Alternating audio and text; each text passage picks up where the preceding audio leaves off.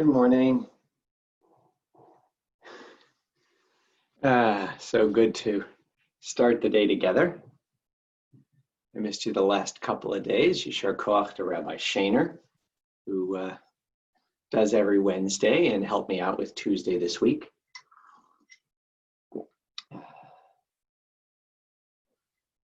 But it's good every morning to have the chance, no matter with whom, to say Boker Tov.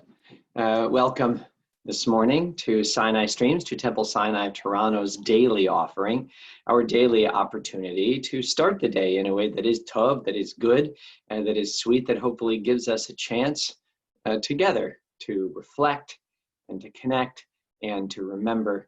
And in all of the busyness and the strangeness of the rhythm of the day-to-day at this moment, to remind ourselves to say, wow, think about what matters to me.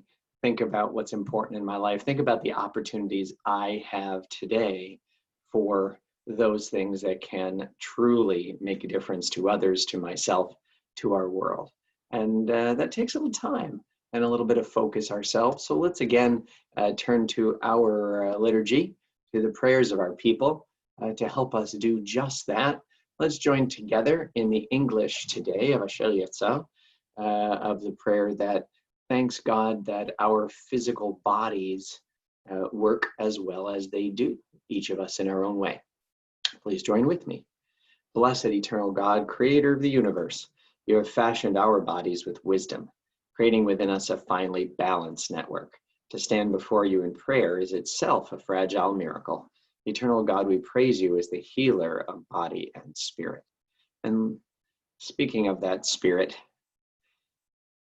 just take a moment and let's we'll feel that power, that pilot light, that flame within that is the soul. As we'll read this morning, one of our two characteristics for this week from Cheshbon HaNefesh is silence.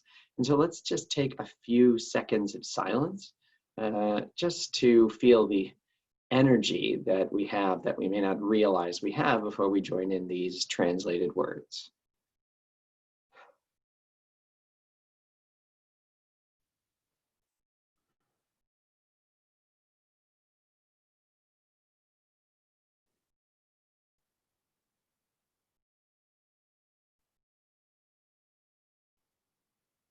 The soul that you have given me, O God, is a pure one. You have created and formed it, breathed it into me, and within me you sustain it. So long as my soul is within me, I will give thanks to you, eternal my God and God of my ancestors, source of all creation, sovereign of all souls. We praise you, eternal God, in whose hand is the power of all life and the spirit of all flesh. And now, able to see the comment in the translation, let's join together in the blessing for the privilege as well as the responsibility of Talmud Torah, of interacting with, of really helping ourselves grow by learning every day from our tradition. Baruch atah Adonai Eloheinu melech haolam, asher kidshanu b'mitzvotav v'tzivanu la'asok b'divrei Torah.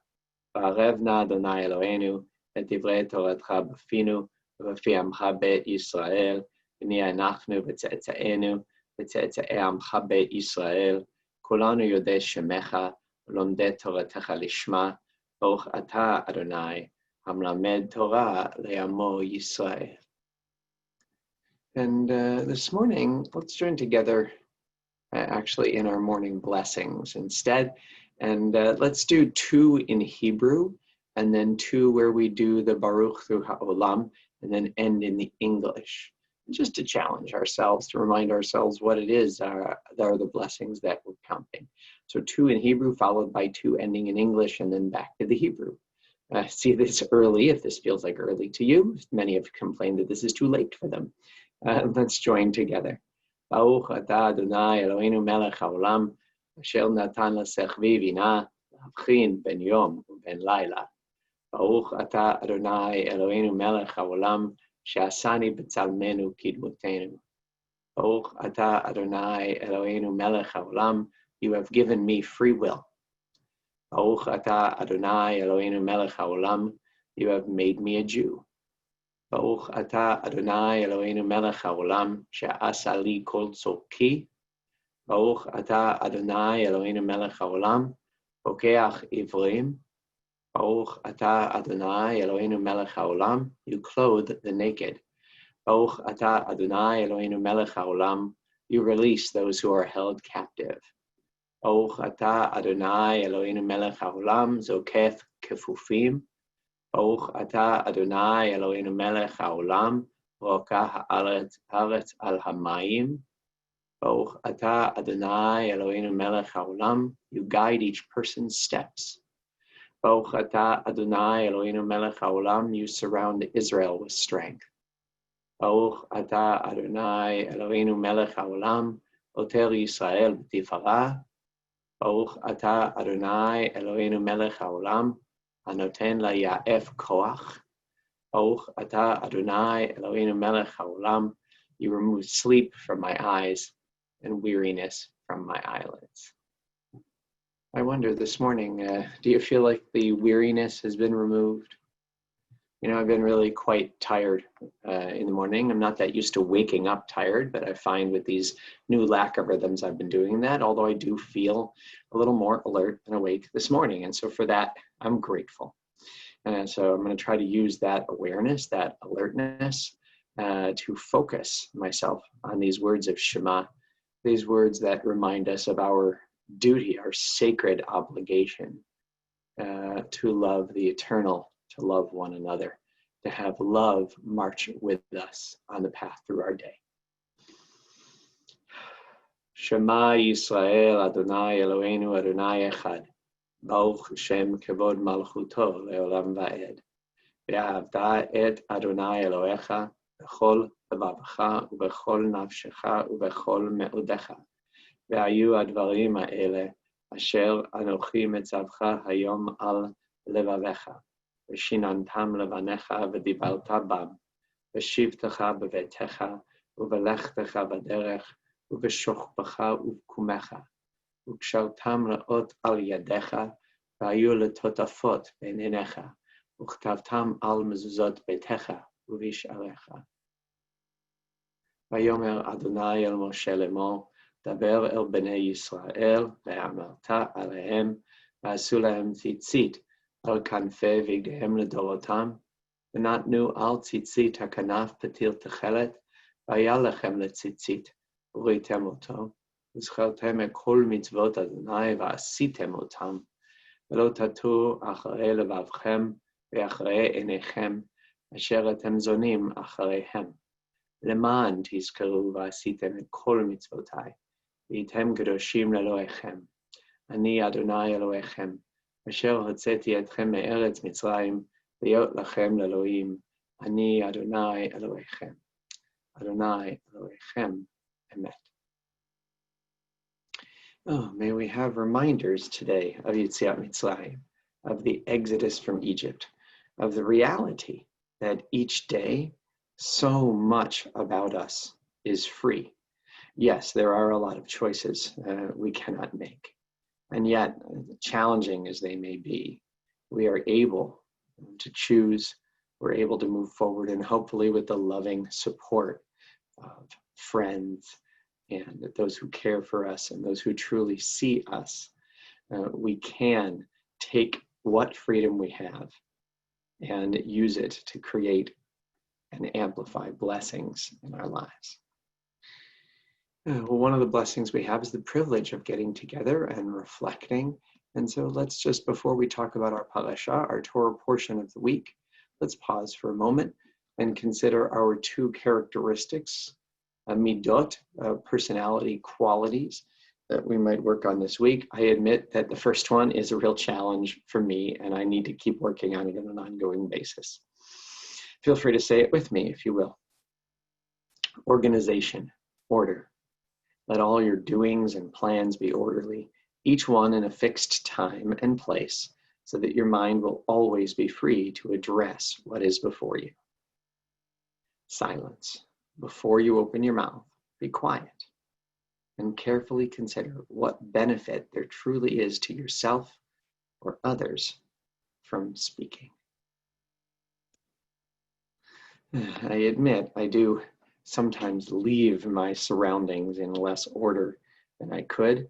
And while every one of these is in balance with other characteristics, I'm going to try to spend some time in the next couple of days to make a little less disorder around me so that hopefully I can be even more focused on those things that are right in front of me.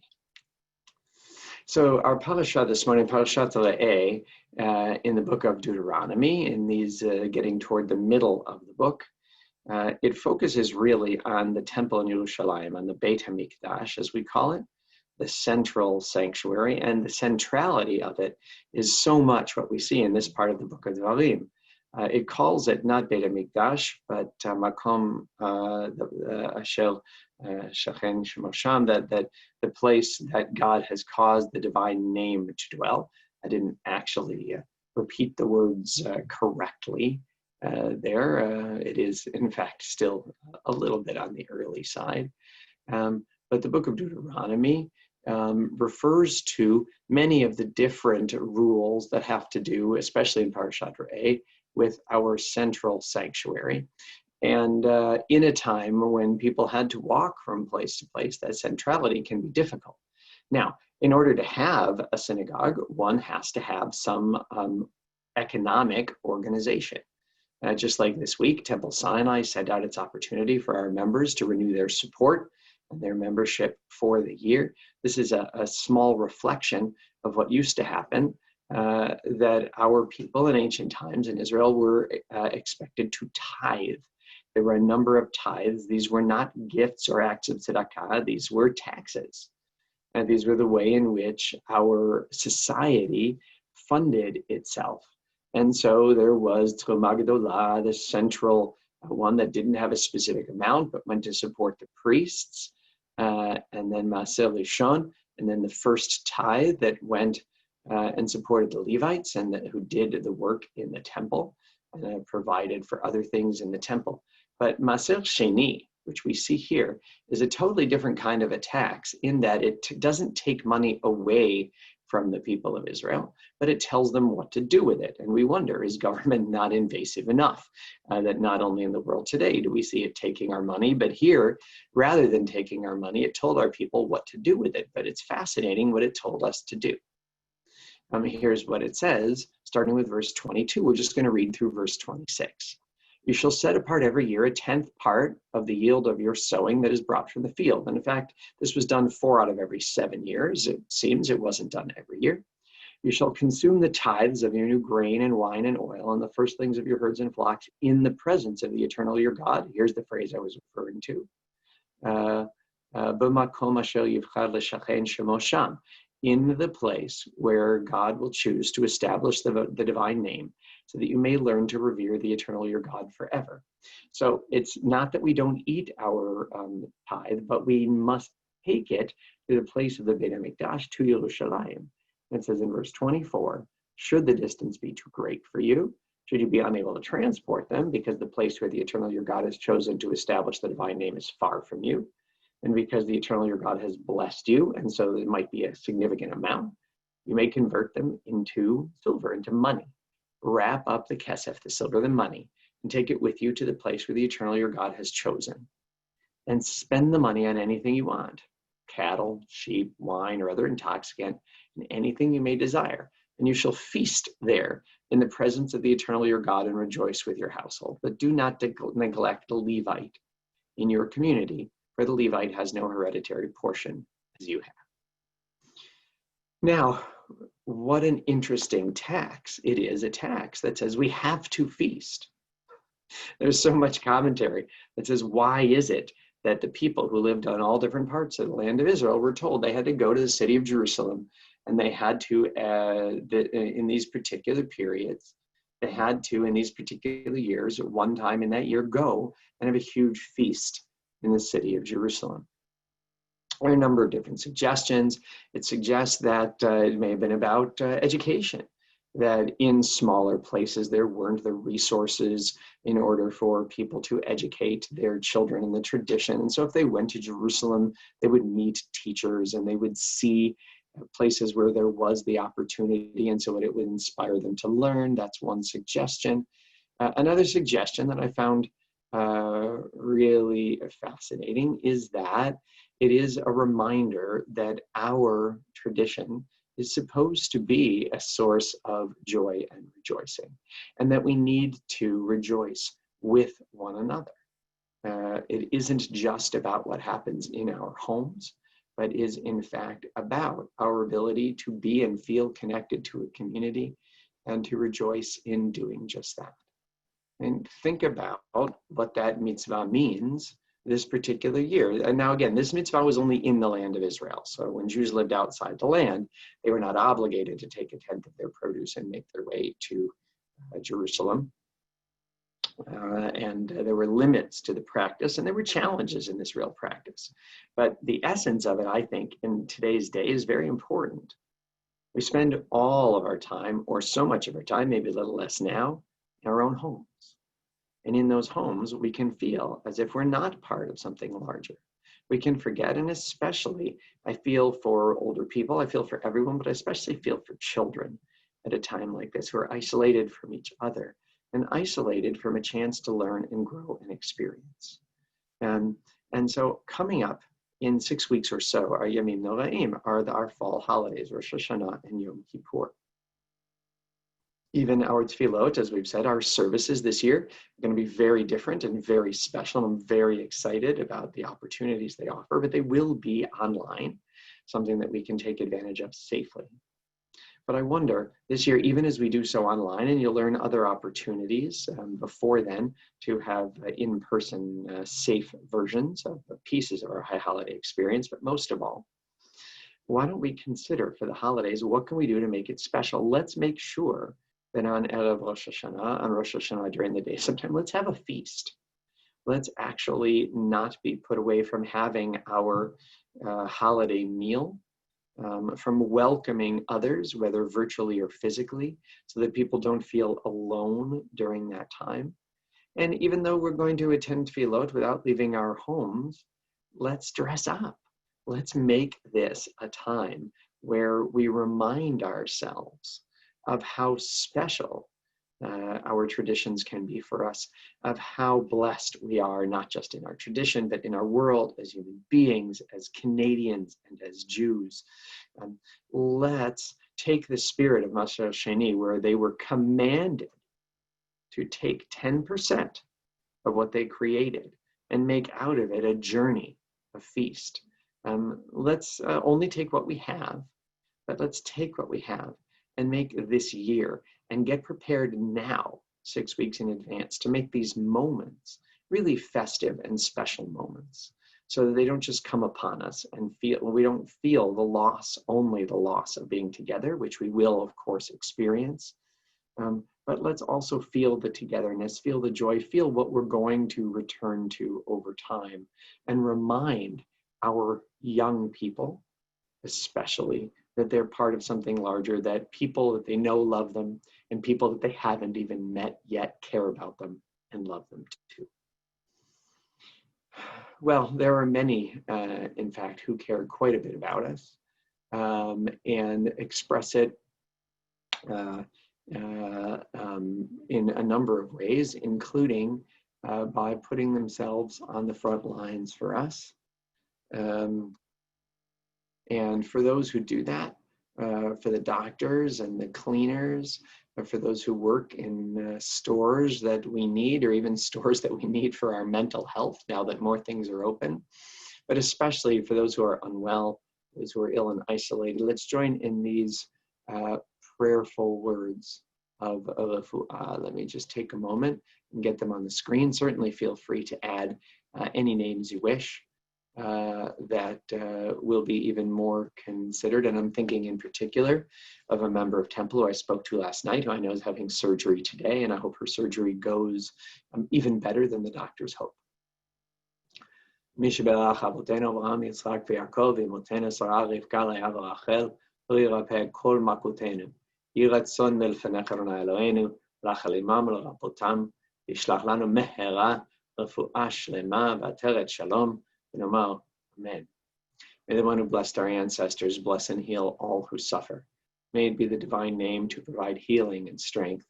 Reveal to us the holiness of life. the wholeness of shalom. And together we say, Amen. And now, having had the chance to connect and reflect, let's take a moment to remember, recalling the loved ones whom death has recently taken from us, those who died at this season in years past, and those whom we have taken into our hearts with our own. During the period of Shloshim, the past 30 days, we extend our condolences to the families of Judy Gabai, Helene Frankie Springer, Margot Grossbane, Rabbi Mark Shapiro, Jan Siegel, Bella Yakubovich, Edith Grossman, Terry Fern Rossman. And on your site on this day, on the anniversaries of their deaths, on the 23rd day of Av, on the 13th of August, 2020, we remember Erwin G. Butel, Rosemary Frum, Cyril Gary, Victor Gottlieb, Lisa Cates, Marvin Moorer, Reuben Feldman, Saul Sage, Millie Taylor. Zichronom Levacha, may their memories be a blessing to us. Our griefs and our sympathies are mingled as together we turn to words sanctified by memory, words glorified by hope in the Kaddish Yatom.